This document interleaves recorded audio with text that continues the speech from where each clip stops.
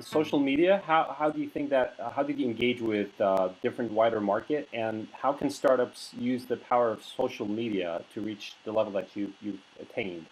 I With think one of the biggest mistakes that people make in social media often is that they think about it almost as an extension of PR, right? I mean, it's sort of like, I want you to hear my thing. I want you to see me the way that I want you to see me. And so what ends up happening is that you've broken the most fundamental rule of social media, which is that it's really, in many respects, about service. It's about what you can do for other people and why they should lend on your expertise. Health was a very funny place for this because, nobody wants to come out and say, I've got a sexually transmitted disease, right? I mean, it's a very personal thing, very anonymous thing, and yet it's incredibly powerful in terms of what kind of expertise that can be shared in great ways. I remember our business model was an advertising model, and a lot of the people who advertised on us were pharmaceutical companies. Every one of them had a Twitterer, right? I met every one of them, like 50 of them. I met every one. And I asked them a very revealing question.